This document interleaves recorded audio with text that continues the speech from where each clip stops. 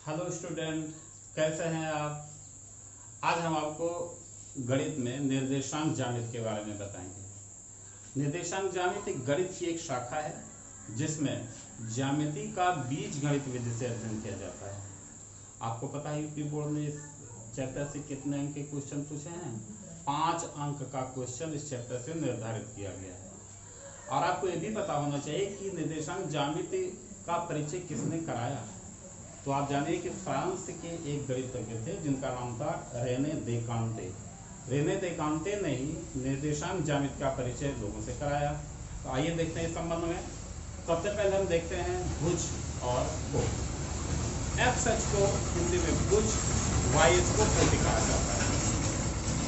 हम पहले खींचते हैं एक्स अक्ष भुज, वाई अक्ष कोटि। यहाँ लिख देते हैं भुज और यहाँ लिख देते हैं कोटि।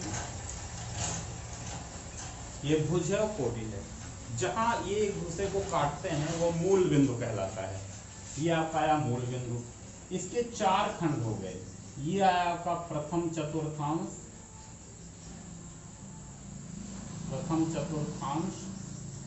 ये है द्वितीय चतुर्थांश, ये है तृतीय चतुर्थांश, ये है चतुर्थ चतुर्थांश। निर्देशांक जो लिखे जाते हैं वे भुज और कोटि के रूप में लिखे जाते हैं। छोटे ब्रैकेट में लिखे होते हैं, बीच में कामा लगा दिया जाता है ताकि भुज और कोटि अलग अलग रहे। तो पहले हम चिन्ह परिपाटी देखते हैं। प्रथम चतुर्थांश में ये मूल बिंदु है। मूल बिंदु के दाईं ओर एक्स अक्ष पर यानी भुज पर जो चिन्ह होता है वो धनात्मक होता है और बाएं ओर ऋणात्मक होता है। ठीक इसी प्रकार मूल बिंदु के ऊपर कोटि पर चिन्ह धनात्मक होता है और मूल बिंदु के नीचे कोटि में चिन्ह ऋणात्मक होता है। अगर कोई पॉइंट एक्स अक्ष पर है अथवा वाई अक्ष पर है तो उसका निर्देशांक क्या होता है? अगर मूल बिंदु के दाहिनी ओर एक्स अक्ष पर है तो जो निर्देशांक होता है उसका चिन्ह होता है प्लस और 0। और अगर यही बाएं तरफ स्थित है तो माइनस और 0 हो जाता है। यही पॉइंट यदि वाई अक्ष पर है अर्थात कोटि पर है तो अगर ऊपर है तो ये 0 और प्लस होता है और अगर नीचे है तो 0 और माइनस। ये चिन्ह परिपाटी होगी इसकी। अब अगर कोई पॉइंट अक्ष पर नहीं है, चतुर्थांश में स्थित है, तो देखिए प्रथम चतुर्थांश एक्स अक्ष यानी भुज की धन और वाई अक्ष यानी कोटि की धन भुजाओं से मिलकर बना है। ये दोनों पॉजिटिव हैं इसलिए दोनों के मान धनात्मक होते हैं। द्वितीय चतुर्थांश में देखा गया कि भुज ऋणात्मक है और कोटि धनात्मक है। तृतीय चतुर्थांश में देखा गया कि भुज और कोटि दोनों ऋणात्मक में है। चतुर्थ में देखा गया भुज धनात्मक है और कोटि ऋणात्मक है। इस प्रकार अगर कोई पॉइंट दिया गया है और उसके निर्देशांक दिए गए हैं तो हम ये पता लगा लेते हैं कि वो किस चतुर्थांश में स्थित है। जैसे अगर लिखा गया 5 और -3 और ये पूछा गया है किस चतुर्थांश में स्थित है, तो देखो 5 पॉजिटिव है धनात्मक है और 3 नेगेटिव है ऋणात्मक में है अर्थात प्लस माइनस।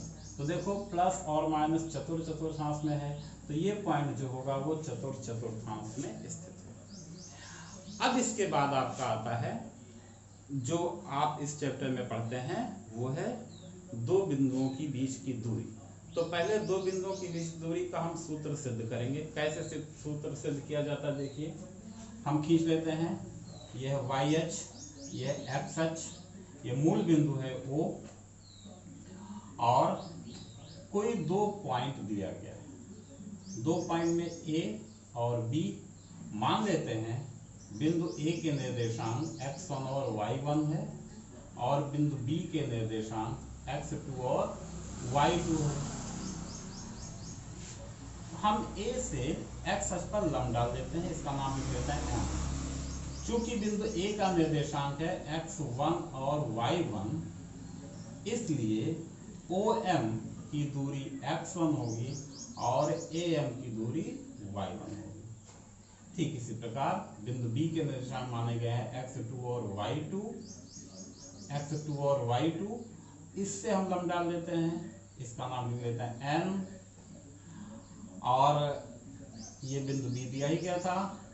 x2 y2 निर्देशांक होने के नाते यहाँ से यहाँ तक की दूरी आ जाएगी आपकी x2, और यहाँ से यहाँ तक की दूरी आ जाएगी आपकी y2। हमें a b की बीच की दूरी निकालने से मिला देते हैं। एक काम और करेंगे, बिंदु A से BN पर एक लंब डाल देते हैं, BN C लिख लेते हैं, ताकि त्रिभुज ABC एक समकोण त्रिभुज बन जाए। अभी आपने देखा OM बराबर है OM is equal to x2 और ON is equal to x2 है, और OM is equal to x1 है। हमें MN जो होगा ये AC के बराबर होगा, तो AC is equal to MN लिख देते हैं, जिसकी वैल्यू आ जाएगी ON माइनस OM, अर्थात AC is equal to x2 minus x1। ये आपकी वैल्यू AC प्राप्त हो गई। ठीक इसी प्रकार BC निकालते हैं। BC निकालने के लिए BC इज इक्वल टू, अब फिर से यहाँ देख लेते हैं, पहले यहाँ से यहाँ तक दूरी कितनी आ जाएगी, इसके दूरी बराबर y1, और यहाँ से यहाँ तक की दूरी y2। BC is equal to BN minus NC हो जाएगा, तो इसको हम लिख सकते हैं BN माइनस CN, अथवा BC is equal to y2 minus y1। ये BC की वैल्यू आए।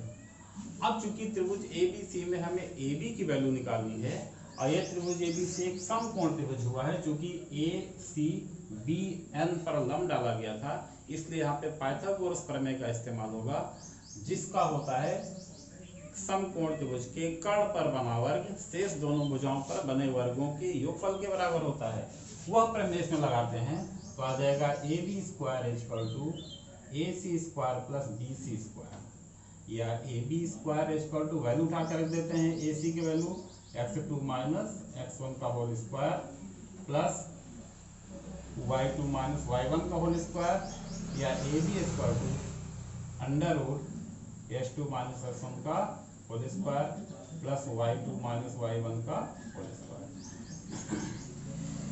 यह कोई आवश्यक नहीं है कि हम s2 माइनस s1 लिखें या y2 माइनस y1 लिखें। हम यहाँ पे x1 माइनस s2 का होल स्क्वायर और y1 माइनस y2 का भी होल स्क्वायर लिख सकते हैं। तब उस समय यहाँ बिंदु A इसका निर्देशांक x2 y2 हो जाएगा, और बिंदु B का निर्देशांक x1 और y1 हो जाएगा। अब अगर ये चतुर्थांश में स्थित नहीं है, एक जो पॉइंट A है, अगर ये मूल बिंदु से, यानी मूल बिंदु से अगर हमको दूरी निकालनी है, तब क्या होगा? फिर से एक बार इस फिगर को देखते हैं।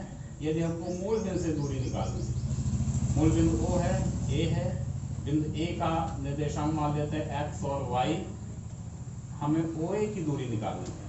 OA दूरी निकालने के लिए क्या करते हैं, इससे लंब डाल देते हैं। ये हमारा x और x डैश था ही है, इसी प्रकार से y और y डैश है, यहाँ भी वही था, x और x डैश था, ये y और y डैश था, ये n हो गया।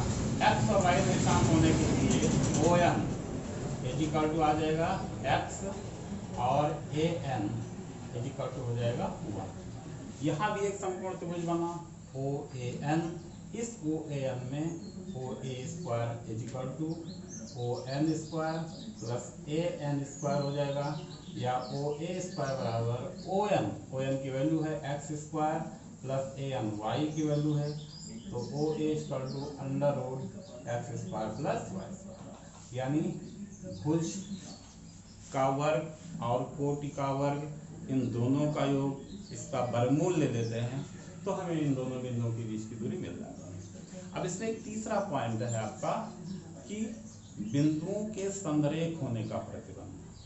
3 बिंदु संरेख पूछे जाते हैं ज्यादातर। 3 बिंदुओं के लिए संरेख होने के लिए प्रतिबंध है कि तीनों बिंदुओं के बीच की दूरी निकाल लेते हैं। मान लेते हैं आपके पास 3 बिंदु है, 3 पॉइंट है A, B और C। A, B और C में हम AB निकालें, BC निकालें, AC निकालें। उसके बाद यदि इन तीनों दूरियों में किन्हीं भी 2 दूरी का योग यदि तीसरी दूरी के बराबर है, तो वह संरेख होता है। संरेख का अर्थ क्या होता है कि वे तीनों बिंदु किसी एक ही रेखा में स्थित हैं, तब वे संरेख कहलाते हैं। तो इसलिए जैसे अभी हमने बताया कि 3 बिंदु मान लेते हैं ए, बी और सी। तो पहले हम ए बी निकाल लें, बी सी निकाल लें और ए सी निकाल लें। इस स्थिति में यदि ए बी और बी सी का योग अगर ए सी के बराबर हो जाता है तब त्रिभुज नहीं बनता और ये संरेख कहलाते हैं। तो आपको इतना ध्यान देना है। अब जाते जाते एक छोटा सा ट्रिक आपको बताते जाते हैं। जैसे मान लेते हैं आपका 11 है, 11 का स्क्वायर आपको याद होगा 121 होता है, लेकिन अगर 111 का स्क्वायर करना हो तो थोड़ा सा कठिन हो जाता है। इसको आसान करने के लिए क्या करते हैं, जैसे 1 2 3 यानी 3 बार 1 लिखा है, 1 2 3 करते हैं, फिर इसको घटते हुए क्रम में लिखते हैं 2 1। ये आपका 111 का वर्ग हो गया।